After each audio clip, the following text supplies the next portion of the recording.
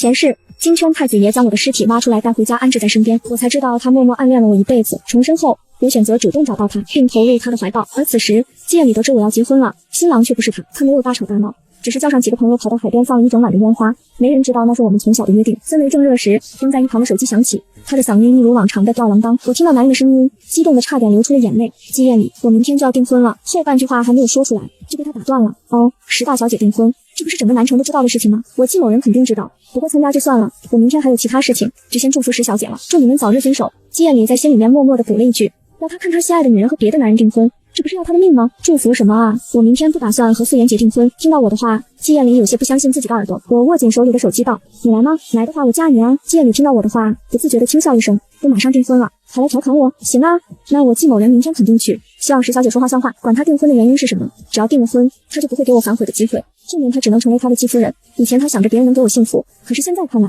靠人不如靠己。而且一想到我会嫁给别人，成为别人的新娘，她的心就特别的痛。季夜里说完就挂了电话，嘴角不自觉的往上勾。明天她就要和我订婚了，这即将是她活到现在最开心的一天了。第二天一早，张嫂就喊我起床，大小姐起床了，等会儿还要试礼服、化妆呢。张嫂边敲门边说道。房间里面的我直接打开了门走了出来。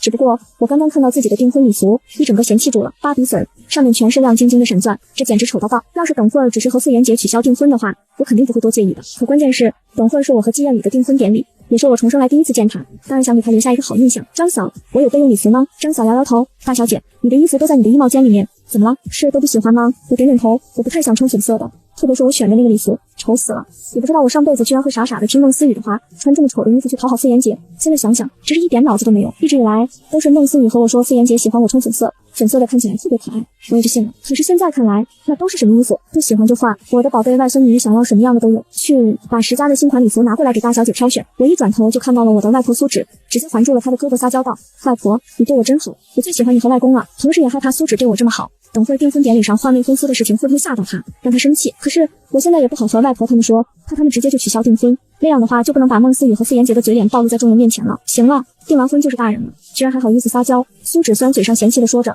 但手却诚实的摸了摸我的脑袋，一脸宠溺的表情看着我。外婆，要是我突然不想订婚了，你会不会很生气啊？怎么了？是不是傅家那小子欺负你了？你要是不想订婚的话，外公外婆也能养你一辈子，就是外公外婆老了，想看着你能有一个家。你要是不愿意订婚的话，外婆现在就去和你外公说取消订婚典礼。我连忙摇摇头，露出一抹微笑，没有，他对我挺好的，是挺好的，背着我和我的表妹搞在一起。这边孟思雨也从房间里面走了出来，笑着道，恭喜表姐今天和萧杰哥哥订婚了。萧杰哥哥对表姐这么好，表姐以后一定会幸福的。孟思雨笑得人畜无害，乍一看一定会觉得她是个特别甜美的小姑娘，上辈子我也是这样认为的，直到被她和傅颜洁推下楼的那一刻，才知道眼前这个甜美的小姑娘可有一副蛇蝎心肠。借表妹吉言，我说完直接拉着苏芷往自己的衣帽间走去，懒得和孟思雨废话。临走之前，我看了孟思雨一眼，带着满满的恨意，这辈子我一定要为自己报仇。而被留下的孟思雨紧紧地握住自己的双手，指甲都嵌进了手心里面。等她拿到石家的股份，看我还怎么豪横。订婚典礼正在缓慢地进行，我就在化妆室里面化妆换礼服，石家人在外面招待宾客。叩，几声敲门声打断了我的思考。我对着化妆师招招手，示意他们先去开门。素颜姐走了进来，看到坐在化妆椅上面的我，不由得一惊。今天的我似乎是有些不一样，漂亮了不少。衣服也不是什么奇奇怪怪的颜色，而是正常的白色，把那细腰完美的勾勒了出来。店主，你今天真漂亮。素颜洁笑着道，其实你要是一直这么打扮自己，娶你也不亏，也能下得去嘴。我冷笑，向素颜洁问道，是吗？那你说是我好看还是思雨表妹好看？现在看来，素颜洁的颜值还不及季艳里的1/10，不是1/1000，简直给季艳里提鞋都不配。也不知道自己当时是怎么看上她的。素颜洁当即想去牵我的手，我一把甩开了，嫌弃的看着她，当然是你好看了，在我心里面，店主是最好看的。素颜洁忍着心里的恶心说道，在她心里面一点都没有我每天的穿着打扮，还有每天黏着她的模样，想想都让她心里不舒服。哪像孟思雨，娇滴滴的一个小姑娘，会说话，嘴也甜，只是她不得不承认，我今天还是很好看的。我轻笑，那就好，你先出去吧，我还没有化好妆。素颜洁出去之后，才觉得今天的我有些奇怪，以往我都对她表现得很热情，而她刚刚想去牵我的手，我竟然躲开了。她又想到了我刚刚问她的问题，素颜洁很好的给自己找了个理由，那就是我吃醋了，便沾沾自喜的离开了。等到11点的时候，订婚典礼正式开始，石家楼下的宴会厅布置的特别喜庆，周围都围满了人，都是在南城有头有脸的人物。看着台上郎才女貌的一对，都点了点头。虽说傅家的情况配不上石家，可傅家的孩子有本事，能得到石家大小姐的青睐，这可不是所有人都有的机会。眼看都到这个点了，建里怎么还不来？难不成反悔了？我的心里有些着急，要是建里没有来的话，我也会取消这次订婚的。可未婚夫出轨小姨子，石家大小姐在公然换未婚夫，该有多劲爆？底下的孟思雨看着我穿在身上的礼服，心想他怎么没有穿原来那件粉色的？本来想让他今天出丑的，看来是不能如愿了。司仪说完话之后，傅园洁直接单膝向我跪了下来，用深情的眼神看着我，念楚，我爱你，让我护你一辈子。接着，他拿出了闪亮的钻戒放到我的眼前，我眼睛直直的看着那枚戒指，说来可笑，这个钻戒还是我自己买的。傅园洁说完话之后，本来应该听到掌声的，但却没有，底下都是小声的议论声，不禁有些奇怪。而我始终没有把手递给他，就像是在看傻子一样，眼神里面都是冷漠。一时间，傅园洁也不知道是什么情况。傅园洁刚想催促我把手给他的时候，我往后退了一步，惊讶地捂住自己的嘴道：“萧杰哥哥！”不等我一句话说完，底下宾客的议论声就传到了傅园洁的耳边。这傅家本来就是高攀十家，居然还敢出轨，这是不想订婚了？就是这出轨的对象还不是别人，还是未婚妻的表妹，这是什么事啊？你看看屏幕上还有穿校服的呢，这是给石家大小姐戴了多大一顶绿帽子？傅园洁呆呆地看着大屏幕里面他和孟思雨接吻拥抱的画面，甚至还有两人睡觉的视频，他心里顿时就有些害怕，来不及解释视频的问题，直接想去求我的原谅。要是我因为这事不和他订婚了的话，那他就得不到石家的股份了。他连忙起来想去拉我的手，却被我躲开了。我大声地道：“别碰我，我嫌你脏。”接着我直接把孟思雨从宾客里面拉了上来，猛地往孟思雨的脸上扇了一巴掌，啪的一声，在这宴会厅里面格外的响。这一巴掌，我用尽了我的全部力气。一想到自己上辈子坠楼的情景，我就恨不得再打孟思雨2巴掌撒撒气。孟思雨捂住自己的脸，脸颊火辣辣的疼，一脸不敢相信的看着我。我把他推到傅园洁的怀里，傅园洁顺势接住了他。我说道：“你喜欢就和我说啊，我把萧杰哥哥让给你就好。你们两个为什么要背着我偷偷的在一起？”我说的时候眼睛都湿润了，看着就是被人伤了心，大家看着都特别的同情。而石家二老也没有想到会这样，一旁的陈寒也一副看好戏的模样，淡淡地道：“女不过母之错，只是可怜了我们家念楚，好好的未婚夫就没了，这对念楚打击多大啊！思雨这丫头是怎么回事？怎么敢抢念楚的男人？是不是看他妈妈不在了，想妻子他？”外婆怒道。外公石华荣看着台上脸上挂着泪的我，心里恨不得打傅园洁一顿，给自己的外孙女出气。而傅园洁的父母见状都不敢说话了，真是没有想到自己的儿子居然做出了这样的事情，脸面都给丢光了，就怕石家会因此记恨上他们家，到时候取消了自己家的合作。而台上吵闹声还是继续，傅园洁一直在给我道歉，说自己不是故意的，而孟思雨就一直在哭，一副我欺负了他的模样。这个时候大门打开了，一个陌生的男人站在门口，正对着富丽堂皇的水晶吊灯，淡漠的目光寻觅片刻，迈着修长的双腿向着舞台正中央走去。他清冷的眼睛看到我的时候似乎有了光，底下的宾客都被他这冷漠的气质所吸引了，都在想这人是谁。有人认出说这是季家的私生子，只不过大家都不敢怎么说，只是说了一声是子少。既然未婚夫出轨了，石小姐换一个就好。自我介绍一下，既是总裁季艳里，配石小姐刚刚好。季艳里清冷的声音在宴会厅里面传来，众人都惊呆了，这是什么情况？季少不是不近女色吗？这怎么还当众求婚？这石家要是和季家联姻了，在南城还真是一件不得了的事情了。我看着季艳里上辈子帮自己报仇的人，心里不知道是什么滋味。想到季艳里上辈子为了自己报仇然后自杀，心里就特别的心酸。这辈子我要和季艳里好好的，努力让季艳里也喜欢上自己。我直接道：行啊，我石家大小姐又不是没人要，季艳里配我刚刚好。表妹，这男人让给你了，我不要了。我说完直接对季艳里招招手，示意她上来。来参加订婚典礼的宾客都看呆了，未婚夫出轨，这是当众换未婚夫啊！季艳里直接走到我的面前，近距离的看着我，这个她朝思暮想的人真是越发的好看了。嫣红的嘴唇，皮肤很是光洁，那双线眼似乎会勾魂一样。念楚，你别冲动，你不要为了报复我搭上自己的婚姻啊！我答应季艳里的时候，傅园洁明显有些慌了。季艳里一直是他的死对头，从高中的时候就是，现在工作了，季家更是抢了不少私家的订单。我露出一抹讥笑，为了你搭上自己的婚姻，你的面子可真大啊！我直接挽住季艳里强有力的臂膀，冷静的吩咐道：订婚典礼继续。佣人迅速的把傅园洁的名字和照片都换成了季艳里的，连带着把孟思雨和傅园洁都直接赶下了舞台。台上只有我和季艳里两个人，单从形象来看，两人格外的般配。傅园洁一脸不敢相信的看着我，念楚，你别冲动，这次是我错了，以后我保证都不会再犯了，你就原谅我这一次吧。我淡淡的扫了傅园洁一眼，最后视线停留在孟思雨的身上。原谅？搞笑，男人出轨只有0次和无数次，你还是好好的和我表妹在一起吧，毕竟要了人家的身子，可不能耍流氓啊！我这话一说，孟思雨的母亲石丹也道，我闺女可是清白的身子，就这样给你了，你可不能不负责任啊！虽说傅家在南城的地位比不上石家和季家，可也是多少少女想嫁的人家。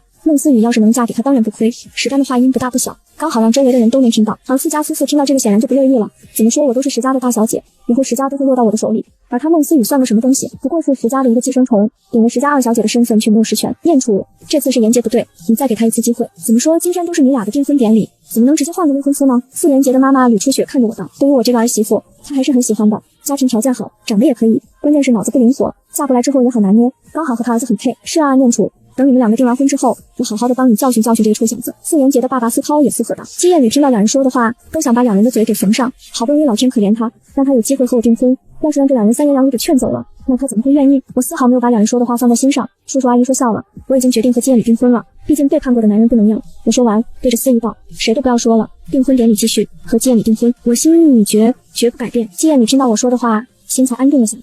前世金圈太子爷将我的尸体挖出来带回家安置在身边，我才知道他默默暗恋了我一辈子。重生后，我选择主动找到他，并投入他的怀抱。接上集，季夜里听到我说的话，心才安定了下来。司仪很快的说了一下大概的祝福语，本来要放我们从相识到相爱的视频的，直接跳到季夜里给我戴求婚戒指了。在众人的注视下，季夜里直接从西装口袋里面拿出一枚钻戒放到我的面前，单膝跪地道：“十念处，嫁给我，相信我，我会给你幸福的。”季夜里这一跪，完全出乎了我的意料。我有些呆的把手伸了过去，等到手上被季夜里戴上了戒指，然后我再拿出男士戒指给季夜里戴上，整个过程我都是懵的。在我即将给季夜里戴上的时候，季夜里用极低的嗓音在我的耳边道：“十念处，你考虑清楚了，给我戴上这个戒指你就没有退路了，一辈子就只能和我在一起。”我没有思考就点头。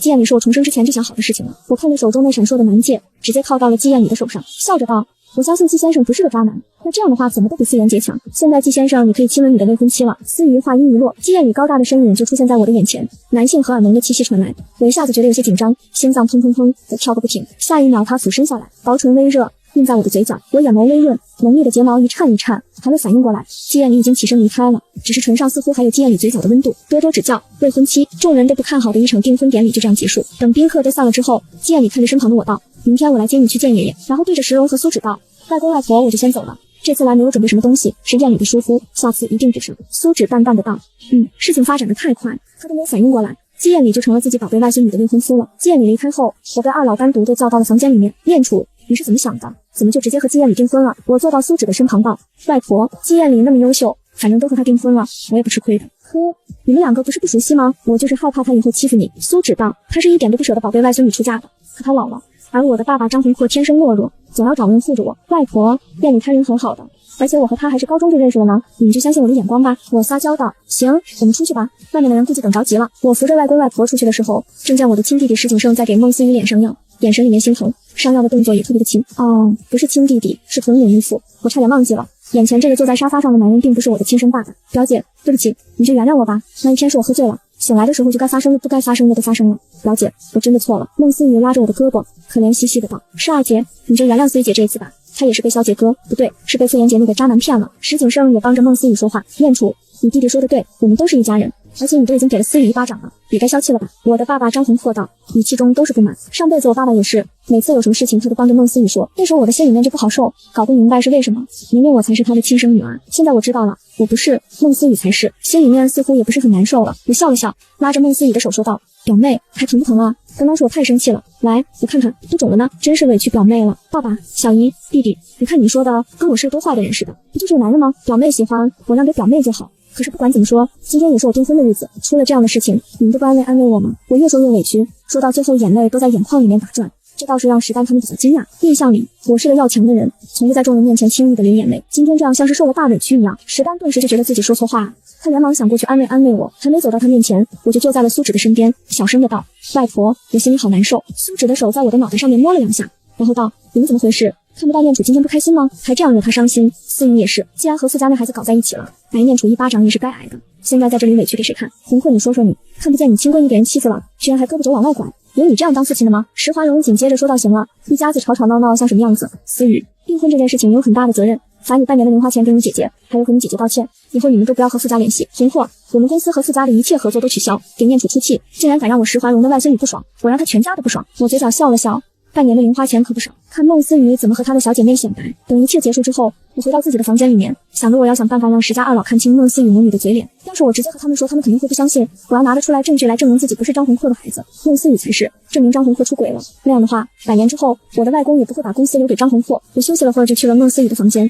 此刻孟思雨正在和别人打电话，我隐隐约约的听到了肖杰哥的4个字，然后还有小声的哭声。我知道孟思雨肯定又在卖惨了，这是他一贯的手段。我敲了敲门，道：“表妹，你在吗？我找你有点事情。”房间里面的孟思雨很快的挂了电话，朝我喊道：“在，表姐。”很快，孟思雨打开了门，我很清楚的看到了孟思雨的眼眶都是红的。“表妹，我能进你的房间整理一下头发吗？”我的木梳不见了。孟思雨没有拒绝，毕竟她刚刚睡了我的未婚夫。很快，我就进到了孟思雨的房间，对着镜子理了理自己的头发。趁孟思雨给我拿木梳的时候，我快速的剪了2根她的头发收起来，拿到自己想要的东西，我轻松的吐了一口气。孟思雨很大方的把自己的木梳送给了我，我并没有拒绝，笑着走出了她的房间。看着我婀娜多姿的背影，孟思雨的眼里流出一丝恶毒。她刚刚检查了自己的电脑，好好的，也不知道视频什么的是怎么流出去的。但他把错误归在我的身上。我回到房间后，嫌弃的把那把木梳丢在了垃圾桶里面，把孟思雨的头发小心的收着，藏起来。接下来就是张宏阔的头发了。张宏阔的房间我不好进去，因为自从我妈妈出事之后，我和张宏阔的关系越来越差，就没有进过他的房间了。想着等张嫂打扫房间的时候，让张嫂替自己拿。第二天一早，我刚刚收拾好下楼，就见一箱一箱的东西在往家里搬，边搬还边听指挥的人道：“小心点，别弄坏了，否则把你卖了都买不起。”我有些好奇是什么东西，一转头就看到了季艳里慵懒地坐到我家客厅的沙发上面，旁边坐的是我的家人，很齐全，就连平常早早去公司的张宏阔都在。苏芷见我下来之后，就对着我招招手，示意我过来坐。我笑着走过去，正好坐在了季艳里的身边，男人的气息压来，我觉得有些喘不过来气，而且季艳里离我好近，似乎裤脚都时不时地摩擦我的小腿，有些痒，心跳的有些快。来，燕楚，这些都是燕里给你的聘礼，外婆都给你收着呢。苏芷道。看着季艳里都顺眼了不少，我有些不好意思的喊了声外婆，惹得苏芷直笑。而孟思雨看着这聘礼都眼红，她真的是做梦都没有想到季艳里居然会看上我，还会给我聘礼。刚刚做了一会，张宏阔就说公司有事要先走了，石家二老也没有什么意见，毕竟那么大一个公司呢，还是需要人去看着的。在张宏阔刚刚站起来的时候，我眼尖的看到了他蓝色西装上的头发，猛地站了起来，手指快速的捏住那根头发，然后装模作样的给他整理衣服。我边整理边道：“爸爸，你的衣服有褶皱，我给你整理整理。”谢谢爸爸的乖女儿，我就先走了。张宏阔脸笑心不笑的说道：“我再怎么好都不是他的亲生孩子，而是不知道哪里来的杂种。他还是要为了自己的女儿和儿子打算。”我甜甜的和张宏阔说再见，还叮嘱他注意休息。石家二老可一下子感觉到了我长大了，会关心人了，他们的注意力都在我的花上。只有季艳里看到了我从张宏阔肩膀上面拿了一根头发。我在底下坐了会，就以马上去季家要穿的隆重些，要去楼上换套衣服为由，上去把张宏阔的头发放好，然后找个时间去验 DNA。我再次下来的时候，季艳里已经起身了，正在楼梯口等着我。见我下来的时候，季艳里直接牵住了我的手，外公外婆，那我和燕楚就先走了。季艳里牵着我的手，很是自然的和石家二老打招呼，但是没人知道，牵住我手的那一刻，他的心脏砰砰砰的直跳，似乎下一秒就会跳出胸口。快去吧，苏芷催促道。别说两人站在一起倒是郎才女貌的，两人一路牵着手向外走，我尽量让自己保持优雅的步伐，给季艳里留下个好印象。可我的心脏砰砰砰跳个不停。到车子旁边的时候，季艳里还绅士的为我打开了副驾驶的车门，手挡在上面，防止我撞到头。我害羞的道了句谢谢。没事，为美人服务是我的荣幸。季艳里说完，转到另一边，坐到我的旁边，我感觉自己的心脏都快跳出来了。和以往和傅园洁在一起的时候完全不一样，而且这季艳里也太会说话了吧，完全抵挡不住美色，我彻底沦陷了。季艳里刚刚坐上去，就注意到了我的目光，似乎带着些爱恋，这让季艳里产生我喜欢他的想法，但很快他就知道这是自己的错觉。南城这么多人，为什么选我当你的未婚夫？前世金圈太子爷将我的尸体挖出来带回家安置在身边，我才知道他默默暗恋了我一辈子。重生后，我选择主动找到他，并投入他的怀抱。接上集，南城这么多人，为什么选我当你的未婚夫？季艳里低沉的嗓音传来，你长得帅又有钱，短短几年把你哥哥留下的烂摊子发展成为现在的记事，可见能力出众，喜欢你的人也不少，关键你比傅园洁优秀，能嫁给你我也不吃亏。对了，过几天我就把石氏的股份转给你。我说道，语气里没什么不舍。对于自己手里的股份，与其落到孟思雨的手上，我更乐意双手分给季艳里。这个不着急，我们不是要结婚的吗？股份在哪都一样。季艳里的语气淡淡的，只是我能感觉到他的眼神一直在我身上停留。我下意识地点了点头，本来我就想和季艳里结婚，于是应道都行都行。宾利缓缓停在了季家老宅的庭院门口，我们一下车，季艳里就很自然地牵住了我的手，缓缓走进老宅。刚进门，管家李伯就迎了上来，看向季艳里，尊敬地说道：“燕少爷，大少爷也来了。”李伯嘴里的大少爷就是季艳里同父异母的哥哥季思伟，我早有耳闻。前几年他差点把公司弄破产，还是季艳里替他收拾的烂摊子，公司总裁的位置才落到了季艳里手上。我刚一走进去，就听到了里面的议论声传来：“爷爷奶奶，你们说这艳里怎么和人订婚都不和我们说一声，这不是都没有把我们放在心上吗？”妈妈，思伟说的是，你说这是念楚都被未婚夫给戴绿帽子了，怎么还配得上艳里呢？季艳里的继母傅思源说道。哟，说什么呢？说了这么激动，我石念楚要是配不上季艳里的话，你说这南城还有谁能配得上季艳里？我露出一抹浅笑，眼神却死死地盯着傅思源。傅思源被我恶狠狠地盯着，顿时有些后背发凉。这位想必就是我的继母，傅家的二小姐吧？正好听我外公说傅家因为城南那块地正给我家送礼呢，现在看来是我外公想多了。等回去的时候，我一定好好的和我外公说，可别乱收礼，你说是不是呀？爷爷奶奶，我一脸正经地说道，随即放开季艳里的手，坐到了两位白发苍苍的老人家身旁。对了，自我介绍一下，石念楚，石家大小姐，也是季艳里的未婚妻。好，孙媳妇说的对，难得艳里在我100年之前愿意结婚，你们争取早日让我抱到曾孙啊。季伯言点头道。相比于季伯言的热情，季艳里的奶奶沈运清和季艳里的爸爸季家玉就表现得淡淡的，只是微微点头示意。没，我刚刚就是乱说的，念楚可别放在心上。傅思源陪笑道，他还记挂着他娘家生意的事情，要是我真的和外公说了，那他们家的努力可就都白费了。没人注意的是，自从我出现之后，季思伟的眼睛就没从我身上移开过。以前听人说季家大小姐的品味不行，只知道跟在傅园洁的后面，但今天他见到真人才发现是真的漂亮，那皮肤嫩的似乎能掐出水来，看得他心痒痒，直接想把人就地正法了。中午吃饭的时候，季思伟直接坐到了我的对面，一抬头就能看到那张惊艳到他的脸，他觉得自己中午都能多吃几口饭。季艳里注意到了季思伟那猥琐的模样，当即就想带着10面杵离开这里，但看到太爷爷笑眯眯的眼神，终究还是忍了下来。只是狠狠地瞪了季思伟好几眼，眼神里满是警告，而季思伟丝毫不畏惧，还直接用流氓似的眼神往我的胸口上瞟。季艳里默默地吐出一口气，忽然伸出手，把我的吊带往后拉了拉，挡住了胸前。我有些迷茫地看着季艳里，用眼神询问她刚刚在干嘛。有点走光了，我帮你整理了一下。季艳里的语气很淡，但她的耳尖却红了。我也伸手理了理自己的衣服，娇媚道：谢谢艳里，我下次注意点。季艳里听到我喊她艳里，似乎有些激动，连说话都带了点结巴。没事。季思伟不想看我们两个在这里打情骂俏，直接催促家里佣人上菜。许是我第一次来，季家二老异常热情，饭桌上全是讨论关于我的事，氛围也算融洽。吃完午饭后，思思然他们都忙自己的事情去了，季艳里也被季国言叫到了书房里面。我也乐得清闲，慵懒地坐在沙发上，玩着手机，吃着水果。哟，弟妹，吃水果呢？这草莓甜不甜啊？我一转头就看到了客厅还有一个人，现在正坐在我的身边。我点了点头，还可以。大哥想吃的话自己拿。季思伟笑了笑，也从果盘里面拿了一颗草莓，问我：弟妹，艳里对你好吗？我微微皱眉，心想这人是没话找话啊，便答道：挺好的。那就不是最好的了。其实有个事情我不知道要不要和你说。那你就别说了。我直接说道。对于季艳里这个同父异母的哥哥，我没什么好感。季思伟猛地拍了一下大腿，我还是说吧，要不然良心过不去。其实你知道为什么艳里这些年身边没有女人吗？因为她自制力好，不沉迷于女色。屁，那是因为她根本就不行，硬不起来。他的前女友就是因为这件事和他分手的。我默默地在脑子里思考着，不行，硬不起来，而且还有前女友，这是真的还是假的？但在季思伟的面前，我还是给足了季艳里面子，嘲笑道：不行，大哥是听谁乱说的？我未婚夫行不行，我自己能不知道吗？既然这样，那是我道听途说了。不过弟妹，要是空虚寂寞冷的话，可以来找我。他说完，还塞给了我一张名片，然后走了。我呆呆地想着，难不成季艳里真的不行？转手就把手里的名片扔进了垃圾桶里面。算了，就算他不行的话，我也不会嫌弃他的。实在不行，领养一个孩子也是可以的。晚上的时候，由于季老爷子的强烈要求，季艳里和我都留了下来。吃完晚饭后，佣人带着季艳里和我回房间，道了声好好休息后就离开了。我打量着眼前的这间房，纯黑色的装修，带着一点白色，很符合季艳里的品味。再往大床上看去，是佣人给我准备的大红色睡衣，只不过那睡衣似乎有些厚。我红着脸看着床上的睡衣，季艳里猛地把睡衣收了起来，放进旁边的衣柜里面，拿出自己的衬衫放到我手里。你穿这个睡吧，新的。那个睡衣估计是爷爷准备的。我看着手里的白衬衫点点头，我也没脸穿那个睡衣。很快，我洗完澡出来，擦头发的瞬间就感觉到一道强烈的目光向我看来。我洗好了，你去洗吧。季艳里把自己的眼镜拿下来，点了点头，然后走进了浴室。而浴室外面的我和外婆发消息说过今天晚上不回去之后，就看着眼前这个大床发呆。今天要和季艳里一起睡了。说句实话，我一点都不担心，反正他是我的未婚夫。季艳里出来的时候，我已经躺在大床上了，在我的注视下，季艳里拿了枕头和毯子睡在了旁边的沙发上。这床挺大的，你要不要上来一起睡啊？我说完脸就红了，活了2辈子，这还是我第一次邀请男人和自己睡。前世金圈太子爷将我的尸体挖出来带回家安置在身边，我才知道他默默暗恋了我一辈子。重生后，我选择主动找到他，并投入他的怀抱。接上集，季艳里看着床上的小女人，已经觉得要控制不住自己了。那要是睡在他身边的话，还不得一夜失眠？他可不能直接把人吓跑了。不聊，睡沙发就好。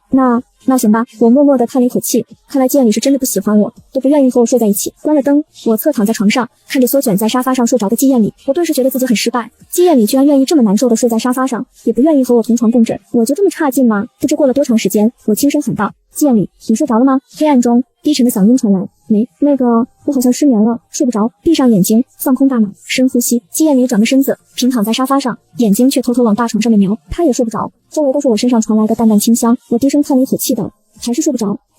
你真的不上床上来睡吗？我睡姿还挺好的。我鼓起勇气再次问了一遍。下一秒，我感觉到身旁的床往下陷了陷，接着耳边传来他低沉的嗓音：睡吧。感受到他身上浓烈的荷尔蒙气息传来，我的心脏跳得厉害。我身子缓慢地往季艳里那边移动了一点，想靠他近点。我一想到这个男人上辈子为我做的一切，心里就是暖暖的爱意。身子缓慢地往季艳里那边移动了一点，然后慢慢地闭上了眼睛，陷入了睡眠。而一旁的季艳里是一点睡意都没有，鼻尖的清香越来越浓烈了。突然间，自己的腿上突然多了一条腿，光洁的皮肤摩擦着他的腿，带来酥麻感。黑暗中，季艳里看着滚在自己怀里的小女人，心脏砰砰砰的直跳。不是说睡姿好吗？就这一晚，我觉得自己睡得特别安心。第二天一早，我醒的时候，季艳里已经不在我身旁了，只有旁边床单上的痕迹能看得出来她昨天晚上睡在这里的痕迹。也不知道我昨天晚上有没有什么不雅的小动作，我心想肯定没有，我睡觉多安稳。等我收拾好下去，和季艳里先一步陪季家二老吃完早饭后，季艳里就带着我离开了。原因是她不想看着季思维那色眯眯的眼神在我的身上停留。明明是她的未婚妻。送你回家吗？季艳里问道。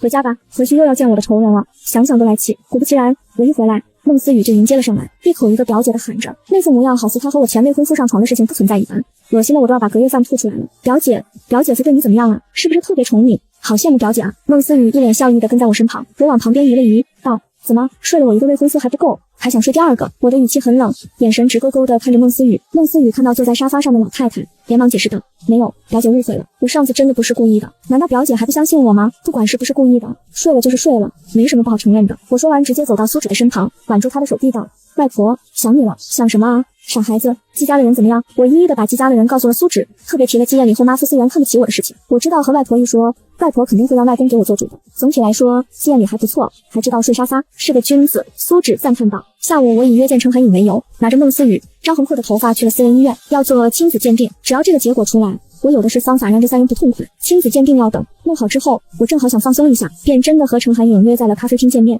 想着逛逛街，买衣服。没想到程寒颖还没到来，反倒是碰见了傅元杰那个渣男。念楚，好巧啊！傅元杰露出一抹笑容，傅先生可别乱喊，要不然的话被我未婚夫听到的话，可要吃醋了。念楚，我真的知道错了，你再给我一次机会吧。我当时喝了酒，把孟思雨当成是你了，我的心里眼里都是你啊。傅元杰以为我还在生气，毕竟整个南城人都知道我最是喜欢他的，他只是犯了一个男人都会犯的错事，只要好好的哄我，我一定会原谅他的。他对我是有信心的。你是不是听得懂人话？我已经和季艳里订婚了，是他的未婚妻，和你什么关系都没有。你是不是想当男小三啊？我轻笑。那样的话，我不介意助你上头条的，给你3个数，立马从我的眼前消失。要不然的话，我就喊人了。这里有人想当男小三，我淡淡地道，语气中没有一丝丝的犹豫，同时手指也比了3。念楚，你别这样，我是真的知道错了，我以后再也不敢了。傅元杰说完就想去牵我的手，也正是现在，季艳里出现在了咖啡厅门口，一眼就看到了我，也注意到了傅元杰正握着我的手。前世金圈太子爷将我的尸体挖出来带回家安置在身边，我才知道他默默暗恋了我一辈子。重生后，我选择主动找到他，并投入他的怀抱。接上集，季艳里走到我的身边，静静地看着我们两人，我连忙指着傅元杰道：不要脸，你想做男小三，我还看不上你呢。说罢，我直接扑到了季艳里的怀里，撒娇道：艳里，有男小三想勾引你的未婚妻，你说该这么办呢？身体突然被一个娇小的身躯抱了个满怀，季艳里感觉自己都不会呼吸了，顺着我的话说道：有人想当男小三勾引我未婚妻，那我要好好的教训一顿了。接着季艳里直接吩咐他的特助徐州，让季氏多抢几个复试的订单。我当时就忍不住笑了出来，心想这季艳里还挺上道的吗？傅元杰听到季艳里的话，当然就有些害怕了。今天刚被时事取消合作，若是又得罪了季氏的话，那复试该怎么发展？念楚，你说笑了，我哪敢勾引你呢？我刚刚就是说着玩的，祝你和你的未婚夫和和美美，早日结婚。傅元杰咬牙切齿地说道。等我这个骄纵的大小姐原谅自己之后，她一定要好好的羞辱季艳里。傅元杰说完这个，灰溜溜的从咖啡厅出去，没人在了。我就觉得这个姿势特别的奇怪，当即放开了季艳里，道：好巧啊，你怎么也来这个咖啡厅了？对了，我是约闺蜜程寒颖来的，和那个渣男只是碰巧遇到的。季艳里已经认为自己是我拿来欺负妍姐的，有个合作商要见。对了，石念楚，过2天我们2个先把结婚证领了，我爷爷在催了，他不想等了，时间越久越夜长梦多。我乖巧的点头，行啊，什么时候你在微信上和我说一下就好。季艳里有点发愣，没想到我没有犹豫就点头了。这是不是说明至少我是不排斥他的？季艳里在2楼见合作商，我则和程寒颖在1楼的咖啡厅坐着。程寒颖疑惑道：念楚，你是真的放弃傅妍杰了吗？我郑重地点点头，真的放弃了。过2天我就和季艳里领证了。听到我说的话，程寒颖一脸震惊地看着我，道：不是吧，你要和季艳里结婚了？你该不会是为了报复吴萧成那个渣男吧？我真想捶爆程寒颖的头，想什么呢？我怎么会为了渣男搭上自己的幸福？结婚当然是因为爱情了，单身狗你不懂。说着我就想到了，上辈子我和傅妍杰订婚不久，程寒颖就遇到了取他心脏的坏人，这辈子我要想办法让程寒颖遇不到那个坏男人。说的跟你和季艳里谈了多长时间的恋爱一样，你们2个这个是闪婚，是没有感情基础的。程寒颖对道：行行行，反正我嫁给季艳里说我自愿的。对了，寒颖，你要是遇到什么心动的人，一定要和我说，我到时候给你把关。我一脸严肃的和程寒颖说着，程寒颖顿时觉得我是不是有些太认真了，不过看我那一脸认真的模样，程寒颖还是点了点头。我们俩在外面吃完午饭，我就带着程寒颖去扫荡商场了。结果在停车场附近，我看到了孟思雨的车，这就不由得让我怀疑傅妍杰会出现在咖啡厅的原因了。一到商场，我就开启了买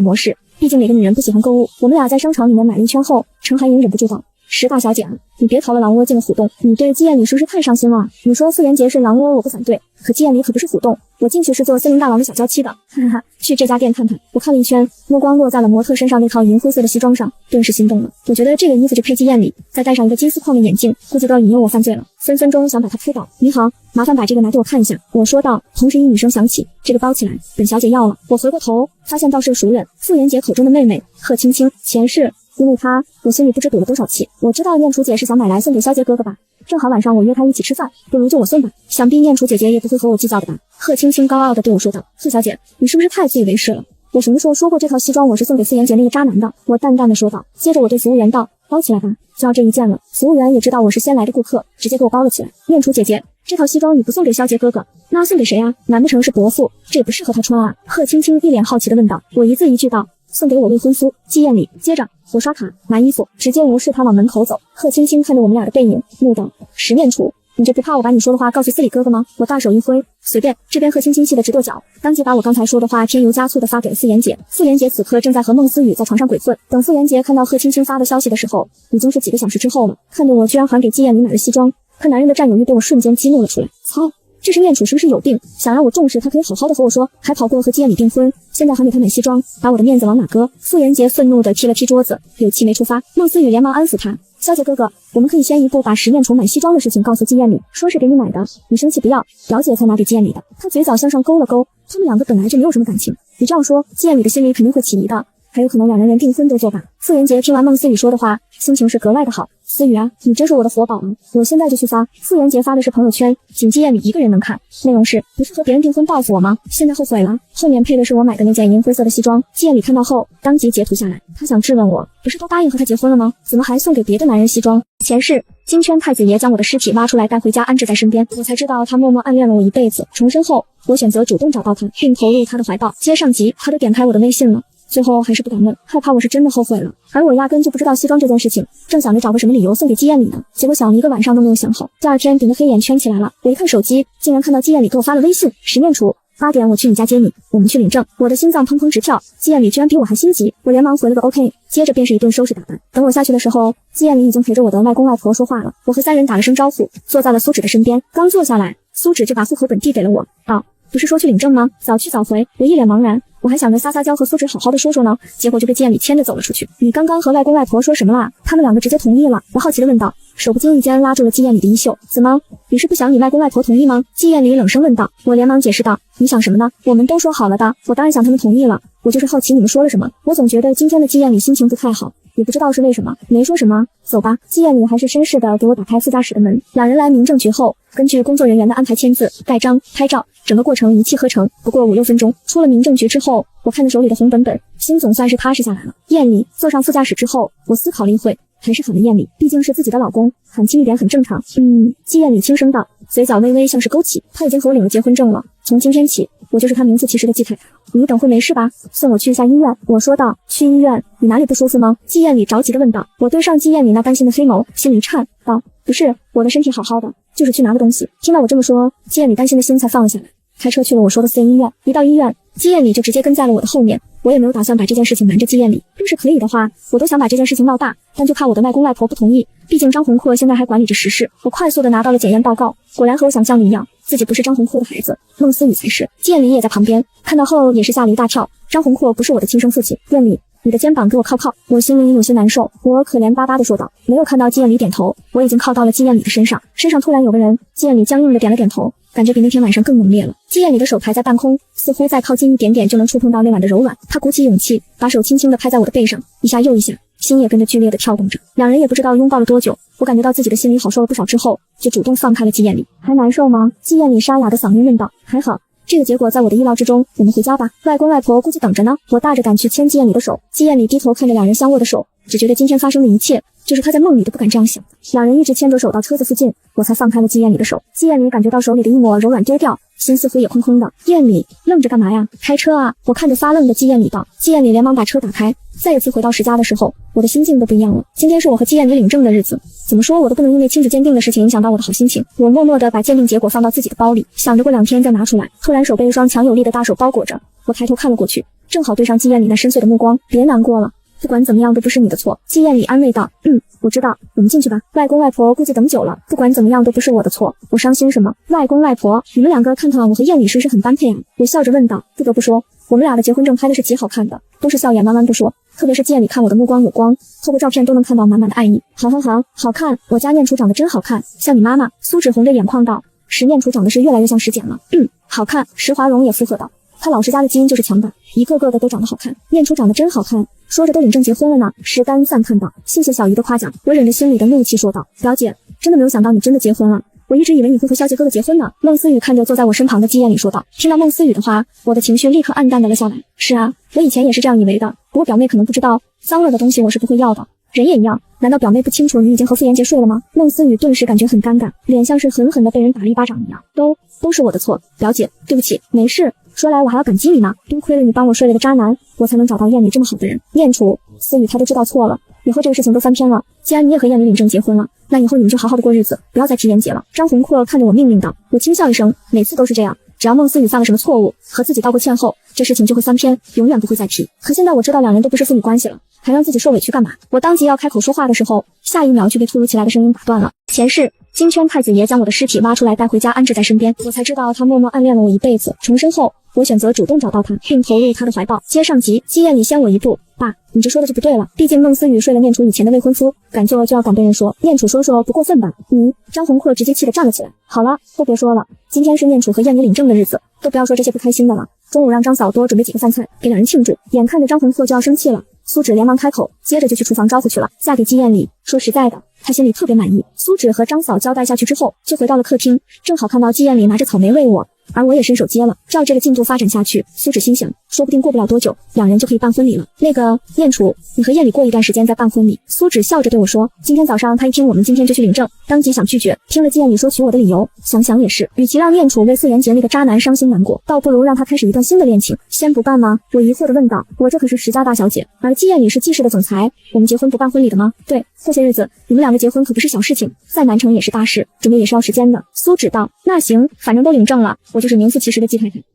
我心里盘算着，过段时间也好，等季燕里爱上我的时候再办婚礼，那岂不是爽歪歪？中午刚吃完饭没过多久，我和季燕里就被催促着离开了。苏芷想让我们小两口好好的培养感情，季燕里在我房间帮忙收拾着，苏芷在外面说东西不用带太多，随时都可以和燕里回来，衣服就带几件你经常穿的就好。我随意的应了一声，开始专注的收拾自己的东西。这是我第一次离开这里，心里有些不舍，但更多的是激动。而季燕里只是在这里陪着我，时不时帮我拿个东西。燕里，你左手柜子里面的毛巾帮我拿2个。我边把睡衣放进行李箱里面边说。季燕里点点头，已经去打开抽屉，看到里面的东西，她脸不由得一红，手快速的从旁边拿出2条毛巾递到了我手里。在季燕里打开抽屉的那一瞬间，我已经想到了抽屉里面不单单只有毛巾，还有别的东西。我的内衣还在里面，好像还有内裤。我顿时觉得自己的脸烧得慌，都没敢看季燕里，直接抬手接过了毛巾。当下午的时候，我已经和季燕里回到了她买的房子，看着这上下2层的公寓，我有些意外。房子有点小，但好在什么都不缺。季燕里道，要那么大的房子也没用，这样也挺好的，温馨。住哪个房间？我去放一下行李。我笑着说，在2楼，我带你去。听到我的回答，季燕里微微的吐出了一口气。我点点头，跟在季燕里的身后，来到了2楼的卧室。房子比较小，就一个卧室，先将就的住着可以吗？季燕里有些忐忑的问道，眼睛一片真诚的看着我。他承认他有私心，想和我住在一个房间，哪怕是睡沙发，也只是想离我近点。我觉得不小，刚刚好。那我先去收拾行李了。我先去书房，就在隔壁，你有事喊我。等季燕里离开之后，我看着这黑色的装修，冷清的卧室，觉得季燕里似乎是有些孤独。我心想，这辈子一定要让季燕里感受到我的爱。我把自己的5颜6色的衣服都挂在旁边的衣柜里面，倒是给这清冷的房间添加一些颜色，再把自己的化妆品、护肤品什么的都一一归类。最后看着房间总算练人气了，我感觉自己累得不行。看到浴室里面还有浴缸，而且还带有按摩的功能，我几乎是想都没想就开始放水了。等待期间，我拿起高脚杯给自己倒了一杯红酒，慢慢的品了一口，接着脱了衣服，舒舒服服的泡着走。同时我开始琢磨，是直接拿着亲子鉴定给我的外公外婆看呢，还是突然我灵光一现，我可以匿名快递给石家的每一个人，让我自己也收到一份，然后再拿着单子去石家问，那样的话谁都不会怀疑到我的身上。我泡完澡直接换了一套蚕丝的睡衣，到小腿的附近还没有系好扣子，就看到了门口正多了一道人影。我看看门口的男人，再低头看了看自己，我的衣服还没有穿好，我快速的收紧自己的衣服，把自己包裹起来。这是什么大型社死现场？除了尴尬就是尴尬。对不起，我不知道你刚刚在洗澡，你慢慢穿，我先出去了。季燕里有些害羞的说完，立马出了房间。季燕里离开之后，我快速的把自己的衣服穿好，不禁想，今天和季燕里的相处怎么都处处透着尴尬。看向衣柜里面的那套银灰色的西装，我想着要不直接送给他吧，就说是新婚礼物。我觉得这个提议不错，把自己收拾好之后，就拿着西装去了隔壁的书房。站在书房门口，我抬起手敲了2下门，道，燕里，我进去了。里面低沉的嗓音传来。我打开门走了进去，我们的视线在空中交汇。我对着季燕里请笑，走到她的面前，把西装拿给她看。季燕里看到我手中那套西装的时候，胸口堵着一口气，脸上也挂着怒气，不自觉地握着手中的笔都紧了几分。她这是什么意思？素颜节不要的，才拿来给她。燕里，新婚礼物，你看看喜欢吗？我笑着问道。季燕里看着我那一脸笑容，新婚礼物，终是不忍心发火，强忍着怒气道，还好没有听到喜欢的回答，我还是有些小失落的，不过至少也没有说不喜欢，便道，那我给你挂在衣柜里面了，你有时间穿。接着季燕里就开始看电脑里面的文件，没有再看我了。我注视了季燕里一会儿，见她没有再看我，知道自己在这里打扰她工作了，说了一下就离开了书房。我离开之后，季燕里躺坐在老板椅上面，修长的手指拿出一根香烟，点火，慵懒地放到了自己的嘴巴里面，袅袅香烟顺着她的鼻腔呼出，给书房营造一种香味的感觉。10面楚啊10面楚，我该拿你怎么办？